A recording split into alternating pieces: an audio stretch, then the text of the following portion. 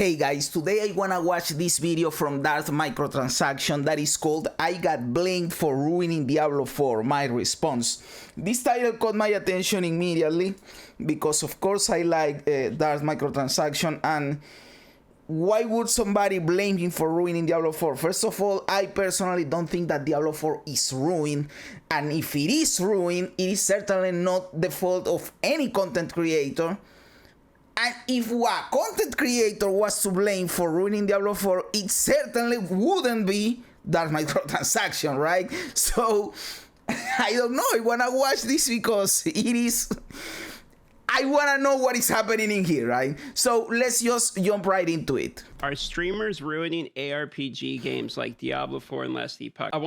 Oh, he's reacting to a video, and in the video, the title of the video is "Are streamers ruining games like Diablo 4 and Last Epoch?" Okay, so it's not only him, but streamers in general. Again, I don't think that streamers have the power to ruin a game.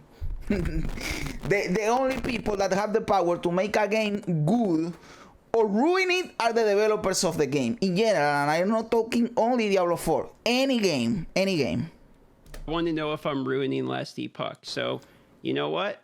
It's time to find out. And Last Epoch is awesome. Why would, I don't know. Greetings everyone, it's Alexor again, and this is an interesting topic, isn't it? The question is, are streamers actually ruining ARPGs? No. And Sure. they're missing the point entirely of the whole game. And I came across this because I realized one thing. If you actually What is the look point of the at game? Have fun. Steam for Diablo, let's actually bring this over here real fast. There we go. Okay. Now I have only 60 hours in Diablo 4 so far, right? Okay, he plays on Steam. That is cool. I play on Battle.net because I started playing before the game was in Steam, and Blizzard came out and said, "Oh, if you wanna play on Steam, you have to buy a different copy." There is no way in hell I buy the game again, brother. But if you go for the achievements, there is, for example, this one: Dedicated Protector, reach level 50 with any character, right? Okay. Achievement? Not just with 5 or just the first character you play, reach level 50. Yes, sir. Where are we going with it? Only 35% Exactly my question. of all players for Diablo have ever achieved this. Yeah, that makes sense. Okay? Yep. That means 65% of players never even level their character above level 50. Well, it's more than that. It's 65% of players quit the game. So the reason you would not hit level 50 is you stop playing the game. People aren't. Exactly, and we have to take into consideration that this is on Steam. This isn't factoring in Battle.net, right? But I wouldn't think that the amount of player would be that different. It is a concerning number that only 35% of players are reaching level 50, in my opinion. Because that is like the best part of the game is 1 to 50. So I would hope that more people are reaching level 50. But let's see where they go with this. Aren't continuing to play the game at level 50 or below. Like, they don't make a new character level 50. They stop playing Diablo 4, basically. This also completely ties in with what Mike... But I know that I am pausing when he's talking, and I am sorry, I know I'm a yapper. But I also want to see how he relates this to streamers. Because, as I said, this is a concerning number to me. Only 35% of players are reaching level 50. That is concerning for Diablo 4 as a game, right? But how is that the fault of a streamer? Wouldn't that be the fault of the game that isn't retaining players enough to reach level 50? By the way, we have to remember that there are people that I have seen games that you have an achievement that is like open the game or start the game, stupid stuff like that, and you go and watch the achievement and it is 88% of players, and you say how it is possible that 12% of players don't have this achievement, and it is because there are people that buy the game and never actually play it. And that happens a lot. Even that happens more than you think. Oh, that isn't happening. Yes, it is happening because it is explained that is the reason why those achievements that are basically automatic by playing the game are never done. I am not saying that is the reason why we have 35% here. It is obviously a fault of the game, but we can take like 10 or 50% out of here that it is because of that, right? Mike said from EHG, the guys who make Last Epoch, that the majority of players, which is like, he said, I think 70%, I think, never even finished the first Monolith boss. Okay? That means most players of these ARPG games, they never even play to the end game, ever. Okay, probably true. I think this. I will say that right. He's comparing to Last Epoch, and I will say it. In Last Epoch, the game gets boring. I don't know, more boring towards the end.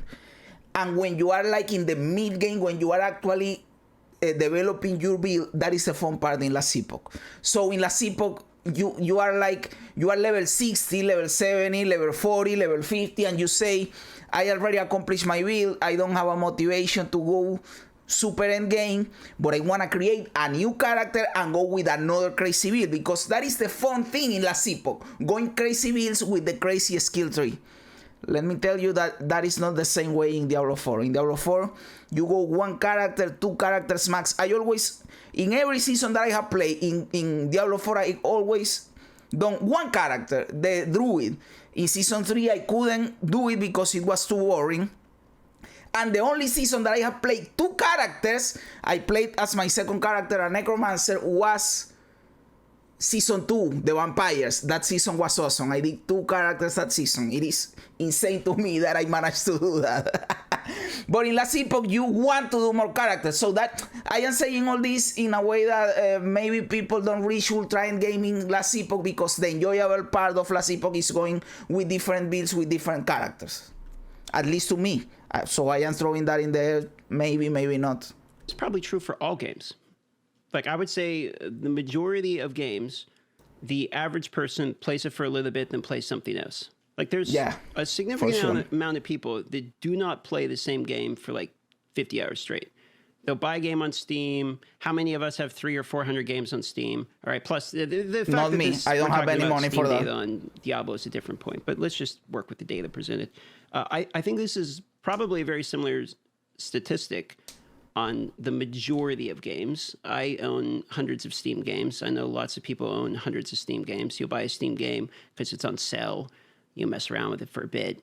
You go play something else. Maybe it's not what you expect, for instance. I would think if, let's say, 1/2 of the people that ever picked up Diablo and click run on the game are still playing all the way into in-game, that would be a ridiculous audience retention stat. And I think they would be very satisfied with that if that ended up being the case. But let's continue. This is also true. This is also true. Like, I am analyzing what I said earlier, that 85% is too low. But maybe it is high. Like, we have to first know what is the audience rotation, like average audience rotation of what is considered a good game. And if it is, let's say, 40%, then 35% is not that bad, right? We will have to know if 35% is good. We will have to know what is the average audience rotation of a game that is considered a good game. Not necessarily an awesome, incredible, insane game, but a good game. And maybe when we compare it like that, then 35% is not that bad. Maybe it is because we have an skewed mind, like, brother, if you play the game and you don't read, because we are sweaty gamers and we go hard. But there are a lot of people that maybe take a long time to reach level 50. Maybe they don't never get there and the season gets reset or whatever. They don't have time to play as much. They play for a little bit, they get boring, they get around to do something else. A new game comes out that they are more excited for, they stop playing. Maybe 35% is not that low. I consider it low at first glance, but now that microtransaction is mentioning this, we have to compare it to another number, and we don't have that number. So my question is, why is everyone so hell-bent on putting a lot more endgame content into these games? Because For the people like that are it. continuing to play the game, that did not quit at level 50, probably, would be my counter to that. That's And the key, people isn't like it. Last Epoch, Mike also said Tier 4 Jura, right? For example, I'll be honest, when I uploaded more guide-like videos, they got more views. And I know that if I upload more guide videos, they will probably get more views, but I don't like making them. So I make less of them. From time to time I say, oh, this is worth it, and I do it. So that is why they do guide-like videos, because they get a lot of views. It's the toughest boss in the game currently. Only a tiny percentage of people have ever even beat Tier 4 Jura, right? Only a tiny percentage of players. And now they're adding a boss who's even stronger than that. And many other bosses. This content will just most likely never be played. Most people will never play this content. When you factor in like in percentages or whatever, maybe, but that when you say most people, again, in percentages, but you have to understand like how much is the play, or how many are the players that are actually playing the game, and the game in general, because 35% of 10 million players are 3.5 million players. It is a lot of people, right? I am using the number 10 million because it is easier to round everything, right? Or if you have 1 million players, 35 are 350k player. That is a good amount of players playing your end game, right? So you have to contextualize that. Oh, you are only using the 35% as a, of course, to end game you get lower because this is level 50. I understand that. I am using these numbers as an example. But you have to understand that if your player base is big, then a lot of players are engaging with that content, even if it is a smaller amount of your total player base. Plus, also you are disregarding that you have to keep the player that is playing the game happy. Like, why would you try to keep happy the player that doesn't care about your game and only reach level 20 and quit, instead of making happy the dude that is playing a lot the game, that reach level 100, that is playing, and has a lot more like the chance of them spending money on the store or coming back on other seasons or buying an expansion is higher than the other dude. Well, you invest in keeping this dude. That is logical to me. Maybe I am wrong in terms of business decisions, but if they are doing it, it is because that is the way. Yeah, you're correct. Most people will probably not play the content, or at least percentage of people that have ever picked up the game. However, I think if we look at the people that continue to play the game season to season to season, that percentage of people that will play the content are probably higher, I would assume. I think when you make in-game content, you're not making in-game content for the people that quit. You're probably making the in-game content for the people that continue to play the game. Exactly. And they have even more end-game content planned over the next builds or the next season. And yes, please don't listen to this dude. Keep bringing out end-game content, because that is the weak point in Diablo 4. I will tell you what are the two weak points in Diablo 4. When you release a bad season thing with a bad season introduction at the start with the mini quest that you do, that is one of the weak points, because in season 2 it was awesome, so that season didn't have that weak point. So you can patch it out. It is not something permanent of the game. This is season to season. And the second, it is something permanent, which is the end game, and they have been improving it season after season. Still it works. But if you listen to this dude, then by the way, nothing against the dude, we are just disagreeing. The dude appears to be a nice guy so far, so I don't want you to say, oh, you are criticizing him. No, we are talking about the gaming here. But if you listen to him, he's trying to deviate the focus, to take the focus away from the end game. But the end game is the thing that needs the more love in Diablo 4, so please don't listen to that. Keep focusing on the end game, brother.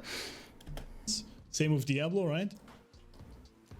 But for who is that content even, if the majority of players doesn't even ever play that?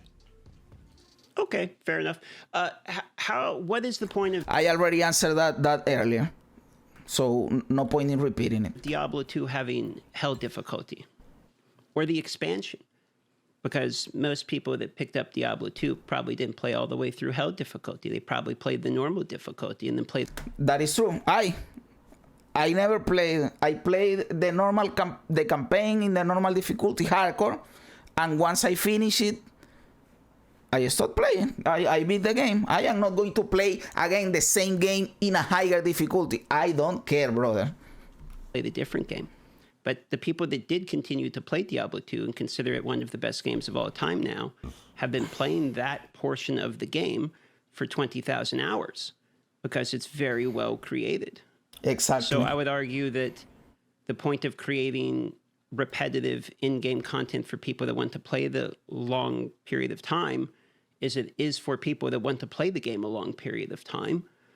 And those are the people, as I said earlier, that are more higher chance of spending more money on the game. If you bring out a DLC, an expansion, something for the shop, these are people that are invested on the game and they have a higher chance of spending extra money. The other dude bought the game, isn't playing the game, they are not spending more money on the game. They are not buying an expansion, they are not buying a skin because they are not playing the game. So you focus on those other guys. And we know from other videos that we have watched and how the gaming industry works that companies make the majority of their money from a smaller percentage of players. People call them whales, of course.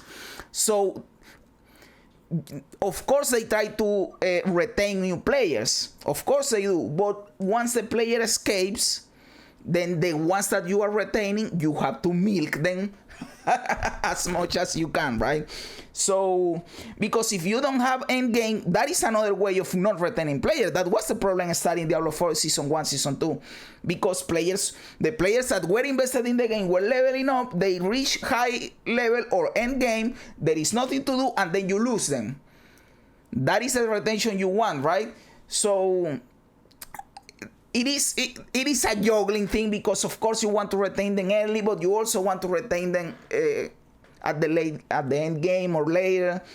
And I believe that putting an emphasis on end game is good because of what I said. I believe that economically it brings more money. But you also want a good early game experience because that opens the gates to a lot of people. So it is a balancing act. I think if the argument is only 35% of people hit level 50, well, in this day and age, in Season 4, that's probably 30 minutes to an hour of gameplay. I think if we target the audience that only plays each season for an hour, in terms of content production, that might not be a really good long-term strategy if we make content for people to quit the first day. And this is, again, of course, where the huge discrepancy between streamers and actual players is. Because me as a streamer, right, or any of you guys, your favorite people, just want to call some names, Rags, for example, right? Okay, he's going to make the connection now between streamers and why this is happening. Woody from Diablo, Asmongold, Rob from Diablo. He's calling out a lot of people. For example, for Last Epoch, whoever you want to name, it's just top of my head. They just zoom through that content, that new content, within like hours, because they play the game 8 hours a day or more, 5 days a week or more. So you're just through the content super fast. But your regular dad, right? Your regular dad guy, or even a regular just person, has maybe like 1 hour per day. Let's say, let's be generous and say 5 hours a week. He has time to play this game because of family, job, other things, whatever it is. And these people would just never get to the end game. The only way for them to experience the end game is through streaming. So if they can't get to the end game because they don't have time to play the game, why would we develop more content for the people that can't already absorb the content that's in the game? If the point is they can't get past level 50 because they don't have enough time, then why are we creating content for the people that can't play the content anyway? That is a good point that microtransaction is making in there. I am going to call it DM because it is quicker. That is a good point that DM is making in here. Very good point. And I would also say that he's making the point of 5 hours a week, right? A season for Diablo lasts for 3 months. If you say that 1 month is 4 weeks, that is 20 hours a month, that is 60 hours a season. I believe that Diablo 4 is a game that you can pretty much clear everything and you have extra time in 60 hours. Oof. Like they reduce the amount of experience and the boosting and the extra sources of experience. So you get there, brother. You get there in 10 hours, right? Maybe 20 hours if you are going really, really slow. Like you have time to take in this content in the amount of time that the season is that for the total amount of the season. Of course, you would say, no, nobody's going to play the whole 3 months. People move on to other games and blah blah blah. Well, that is their choice, and that is fine, and that is cool. But you have time to get there. And again, I believe that in just 1 month, in the 20 hours of that month, you can clear all the content in one season in Diablo 4 for one character, of course, not several characters. Now I see one reason or one way this whole thing could work or could make sense is if a streamer or content creator, let's say that, plays through that end game, it is sort of a marketing for the game for people to buy it. That is true. But my problem, which is why I bring this whole thing up, is this is actually a bad way for the devs to look at the game. Of course you get some marketing, but the content you create and spend months developing on, most people will not even play that ever. Now Diablo, I think, is doing a somewhat good job at trying to sort of find the balance between endgame content and early game content. What I said earlier, and I was on the verge of saying, well, brother, what are you just going to travel this to the streamers for, or are you going to propose a solution for this? Because we have to analyze the game itself. If you say that they shouldn't focus on the end game, then what is the solution? What are you proposing? Well, he's saying that they are trying to balance it out with the early game. What I said earlier, so fine there. Because of course you have to propose a solution, not just blame the streamers. But what about this? Okay. What if instead of throwing so much time into endgame content, we, for example, completely drop the whole Paragon system in Diablo? Brother! I released a video saying that. I like this dude already. I don't care that he's going to blame streamers. Do it, brother, because you are saying that we have... Well, I didn't say drop the Paragon board system. I said simplify it. But it is almost the same thing. I said simplify the Paragon board system, and I said rework or improve the skill tree system. Maybe he's going to talk about that. But I like this dude already because he is recognizing that the Paragon board system sucks, and I sometimes feel that I am in the minority there. So good in there, brother. I don't know his name, sorry. Much time into endgame content, we, for example, completely drop the whole Paragon system in Diablo. We have a skill tree that goes to level 70, for example. Okay, let me finish this point and then. we have, instead of 5 classes, we have 10. It will be awesome having more classes. But I know Blizzard. Blizzard is, they are like, I don't know, they think it a lot to release a class, brother. Well, and we are seeing it, like they are releasing one with expansion, paid expansion. In WoW, we get one new class every 2-3 expansions. I don't know why they don't like releasing classes, brother. And people love classes. That is content that we will love. You don't have to release the fucking best class ever. You just release a good solid class more often and people are gonna love it.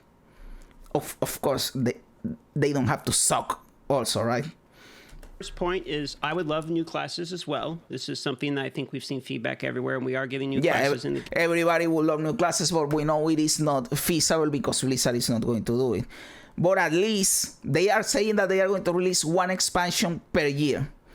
I will hope that each expansion will bring out a new class at least. Where were the old days, like in Diablo 2, the Lord of Destruction, when we got 2 new classes with the expansion? Do that, Blizzard. In the next expansion next year, bring it out with 2 new classes. 2 instead of just 1. Make us happy, brother. Game. The other point is some of the people that were name dropped, Rax, Woody, etc. As far as I'm aware, all of these people have talked about the skill tree having further progression would be nice.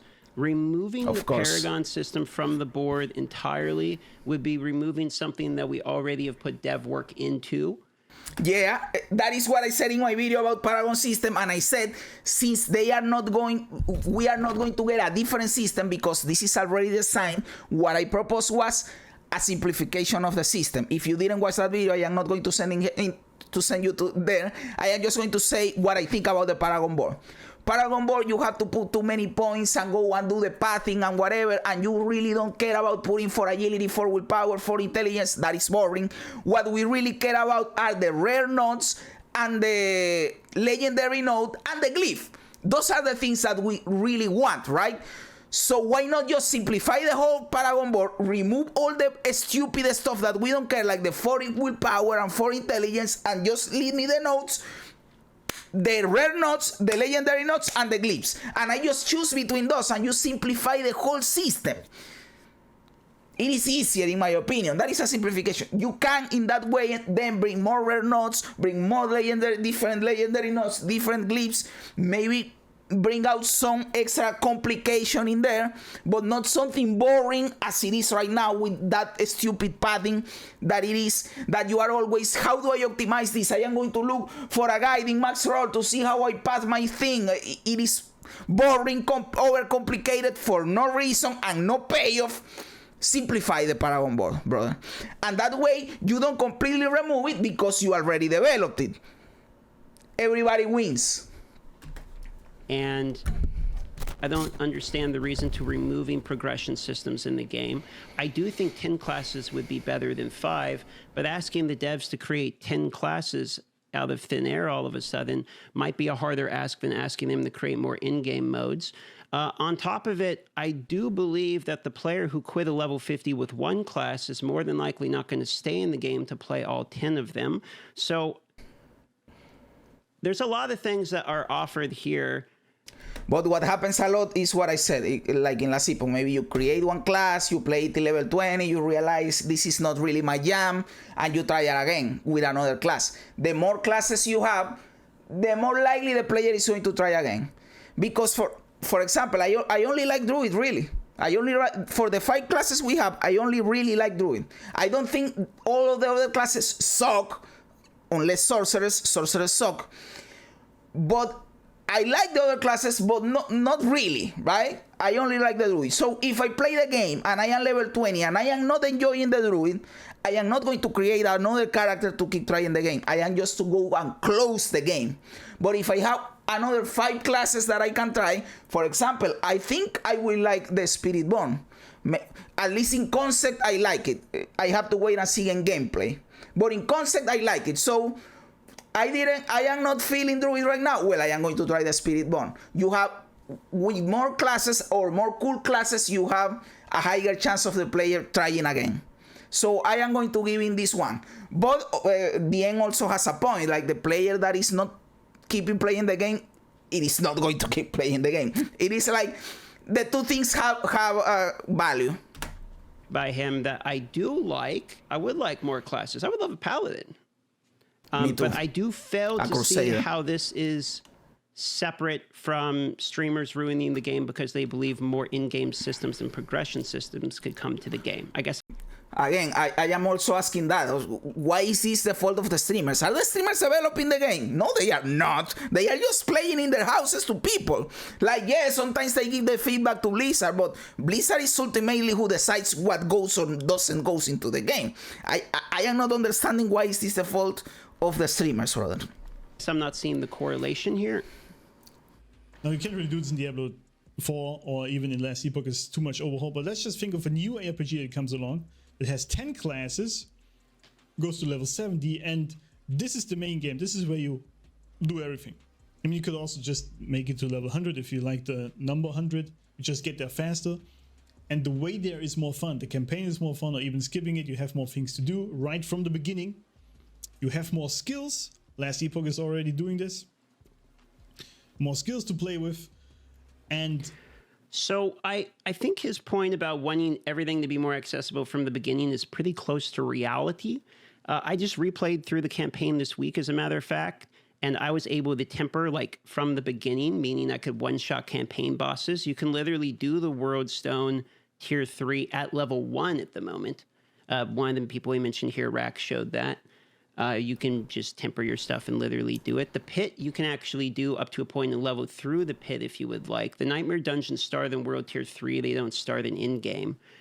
Getting to level 100 has never been so fast. I think I'm of the belief that if people can't get to level 100, they probably don't have time to play the game. Exactly.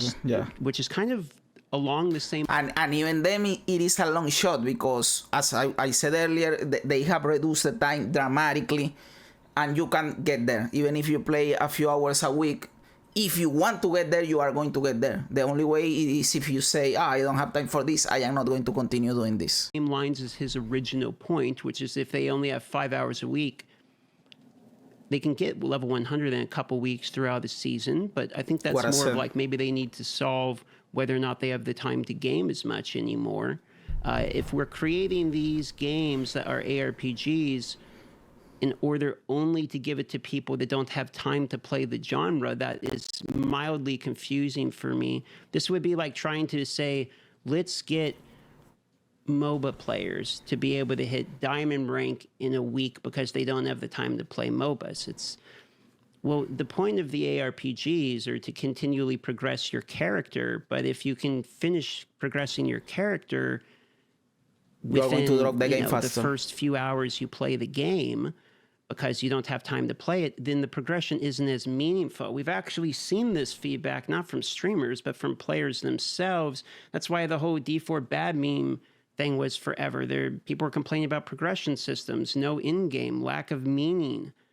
These were kind of complaints we saw universally. So it is, I understand this, what DM is saying, because it is like this dude is advocating for making the game be more like the state in which the game sucked and the D4 bad meme developed. Right? No, we want the game to be more complicated, to do more stuff, and that would make the game more successful. Outside of just YouTube videos, for instance. Just more classes to try, because what is more fun? No, but having more classes is a good idea. That is a good idea. Listen to that idea, listen. I mean, what is more fun? Grinding the echoes or the pit over and over and over again for that one item that gives you a 10% buff on your damage. Agree, not fun. Or that one aspect, whatever it is. Or trying a new class. I agree with. I am going to give in this one. It is 100% more fun to just start a new class and do a different build. There comes a point when you are making a build, at least for me, in ARPGs, even in WoW. Well, in WoW it is not that much, because in WoW you have like the damage meter thing and the rating. That I am not going to include WoW. In ARPGs or in games where you develop a build and you can choose different characters, there comes a point where you already developed your build enough that just keeping pushing for minimal gains is not fun anymore. I know there are people that like to do it because of competitiveness and they want to clear the highest speed or the highest gauntlet or whatever. But if you are playing just for fun, once you develop your build enough to where you are satisfied, then keeping pushing for an extra 2% damage is not fun anymore. It is much more fun to just start a new character and develop a new build from scratch and get in there and that is why having build variety is cool, and Diablo 4 is lacking in build variety. We need more builds so we can go and, I already developed this build, I am going to try a different build. That is what I said about Last Epoch earlier. You try different builds because you can do that so much in Diablo 4. So I am going to give it this one. This is completely true, my brother. But again, I am failing to see, as DM said, the correlation between this and streamers having being to blame for this. Completely new skills. What is more fun? Yeah, I like new classes for sure. So I think we are currently in a state in this whole meta, so to speak, about RPGs, where there is too much being focused on the end game through streamers and content creators that nobody plays in the end, instead of focusing on the a lot of people play. We already established, he's saying nobody plays because the 30%, the 20%, that 20% is a lot of people, because Diablo 4 is a game with a lot of players. Now again, I understand that this is of course great marketing if people are watching us killing these bosses or going through the end game. I'm not sure we've seen the same marketing though, my friend. Maybe the last year hasn't been Diablo 4's best marketing ever. In fact, I would say people playing through the end game that kind of was non-existent for a while spawned a lot of negative marketing, or marketing around Diablo 4 being bad, etc. The game sort of was created for the casual player. I mean, from the beginning, at least in my belief. And that's why my very first review of it was, I don't believe this game was made for me. This game was made for you, was my final take. And that's because me, the person who can play games all day long, every single day as a streamer, it doesn't have the systems, basically, that he is saying in there. The problem with this is it had a good boom. People like D4, the casual player like D4. It was made for these players. But now we're a year later. Those players have moved on and are playing other games. The people who loved Diablo 4 the first month, the people who quit at level 50, they played it, they had a good time, they moved on, they've absorbed the content. They can't continue to create content for people that are no longer playing the game in order to bring them back. They didn't play all the content to begin with. The people that are still here 1 year later have absorbed all the content and would like to continue to create more characters and play each one of those seasons. And those people have absorbed the content, so they would like to continue to play with new content being established. That's why they launched the game for those types of players, but then they developed the game for the people that stayed. They put out a wide net, okay, and they caught a bunch of fish. Then they started closing. Brother, he's basically repeating what I said earlier. You open the game at the start, you capture as many as you can, then with the time you lose some, but you are trying, it is a balancing act. Brother, he's saying what I said, brother. And this is not pre-watch, brother. Closing the net in to keep as many fish as they could. They didn't start making the net go wider and wider and all the fish just leave. They grabbed as many as they could and then they kept as many as they could. And that's what they continued to do, at least in my belief. And getting new endgame content. But will they ever play it? Now maybe I'm completely off base and this is actually the best way for them to make money. If people see this, the endgame content, then they want to buy the game, they buy it, even though they never play to this. Maybe. Maybe it's also that 70% of casual players don't actually spend any money on the game, and it's just the 30%. That is what I said earlier. The whole game. Exactly. Maybe that is the way. That is actually what's going on. I don't know. I just wanted to make this video to give some food for thought. Let me know what you think of it in the comments below. If you think I'm completely off, maybe the test has already been done before. But that is the video and you never said why it is a fault of the streamers. Is it me or it was just a clickbait title? Because he just briefly mentioned them. But he never correlated, like... People are not, the correlation was that streamers born this fast because they have a lot of time to play the game and Blizzard is developing the game for the streamers and the player is only leaving this content through the streamer, but I don't think that is what is happening in here, my brother.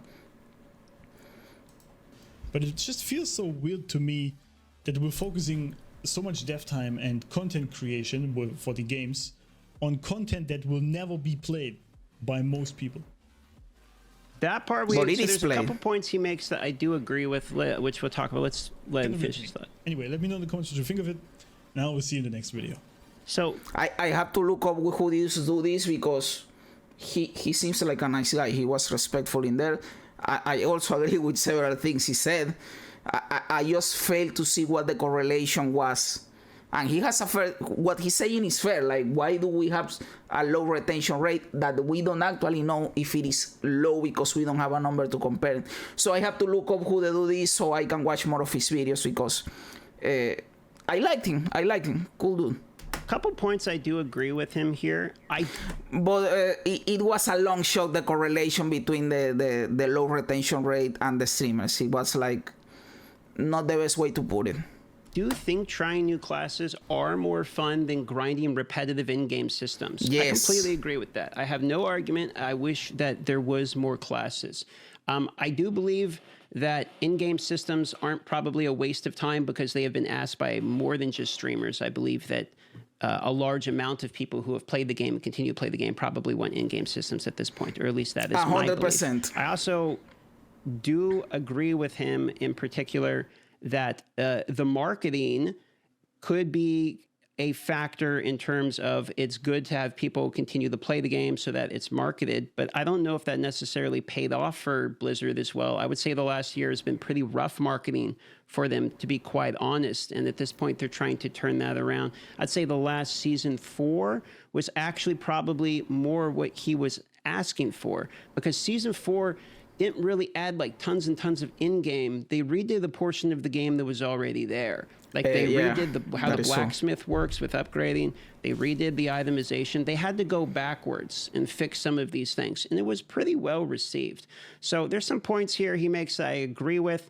I don't think they can continue to make the game for people that only play it a couple hours every here and there. It's already that sort of game. They've decreased the leveling experience so short now at this point that I think it's more accessible than almost any ARPG in the space at this point. So just my take on the matter. He had a couple interesting points there, and I'll put the link down below in case you're interested in watching the video as well. The one point that I kind of will push back on, though, he will talk about the streamer thing now. I wanted to leave it there because this video is already 40 minutes, but I had to watch this. Is that part about streamers are ruining ARPGs? I don't know. When I see Rack spend all of his time putting out well thought out feedback, bug reports, siphoning things that people are saying in the chat, like, I don't think that is necessarily ruining the game. I would say, in my opinion, that is not ruining the game in any way, shape, or form. First of all, again, because I don't think the game is ruined. In fact, the game is improving. And you could say that some of the feedback that he gives helps improve the game. Also, if the game was ruined, it is never the fault of a content creator. It is 100% of the developer. If you are a developer of a game and a content creator can just come and destroy your game, then you suck. And that is helping the game progress. I've actually seen Blizzard themselves be very appreciative. There's a program in which they interact with as many content creators, YouTubers, streamers, or not streamers, long-term players of the game, and those players have access to a large amount of feedback through their community. So it's almost like, you know, when you have a, let's say like a row of activists, okay, that all have an opinion, and they're on behind a picket fence, okay? But one guy's got the megaphone, like yelling the chant. That's sort of like a YouTuber or streamer. All of these people here, they're trying to make a point, but one guy's got the megaphone. So the guy with the megaphone's job very often ends up becoming sending the message from the people to whoever they're talking to. At least I have fallen in this category multiple times where I've seen feedback from chat, from YouTube comments, Reddit, Twitter, whatever you want to say.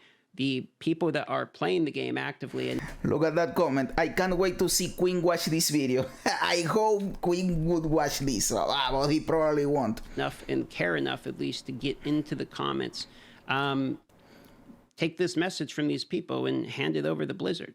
And so for that reason, I would say that if most people are all saying the same thing, there might be some truth within that matter.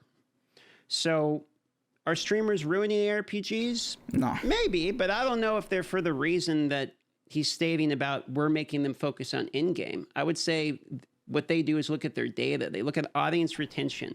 And if they see people get to in-game then quit the game or aren't getting far enough into the game to experience these things, they're going to look at those audience retention points and they're going to try to solve them. For instance, one of the audience retention points that happened was leveling. He points this out himself in his own video where people stop leveling around 50. So what did they do? They made leveling shorter to try to cut into that audience retention gap. The other part they're losing players is when they hit max level. They think they have nothing to do. People get bored at that point, so they add in systems for the people that are staying there, and that's why they've been talking about a systems version. Good analysis here by DM. So I think part of what he's saying is true, that there's definitely room to improve, and I think Blizzard would probably agree with this. There is always room to improve. When I was in college, one of the things that said to me was in systems engineering, there is no system that can't be improved. Every system can be improved. and of course the game can be improved. Actions would dictate so that there's room to improve in terms of audience retention of the lower part of the game. And I think that they have been trying to streamline that process to get people into in-game, because 100% what they want, right, is for people to play the game into in-game and then stay in the game. They don't want people to quit a level 50, so they're trying to make it where they can get past that. And they don't want people to hit in-game and then quit because there's nothing to do. So maybe there's a world that exists, and I would argue it's the one we live in which you actually need both of these things. You do need to focus on the early game, like the gentleman states, but you also need to focus on the in-game, because like I said earlier, it is a balancing act, and they have been trying really hard, brother. They have been trying really hard with it. So I believe they are doing a good job on going on the right direction. Point of the early game is to get to end game, and if you get through the early game and you have a good time, you might stay around long enough to play the end game. And in that case, then you have a game you're playing for years and they continue to develop, like we've seen with their previous iterations of the same series. So there's some points I push back on, and there's some that I think he makes a lot of sense. Brother, that was a really good video, brother, on both of them. The dude proposed some cool things in there. I don't really agree with the correlation that this is the fault of the streamers. I like the points that he brought up about the game in general, but not that it correlates with the streamers. So these are things that Blizzard has to look at, right? And then DM made some good analysis in there that I also liked. So this was a great video, and it prompted me to talk about a lot of things. Brother, look at that, 45 minutes. I yap a lot, guys, I know. I turned a 20-minute video into a 45-minute affair. I am sorry, I'm a yapper, brother. I am really, really sorry, guys. But yes, this was a great video. I enjoyed it a lot. I believe there is a second part to this, so I will probably watch it another day. Let me know in the comments below what you think about all of this. Are the streamers to blame for ruining Diablo 4? Is Diablo 4 ruined? I am not asking if it is bad or good. I am asking if it is ruined. These are two different things.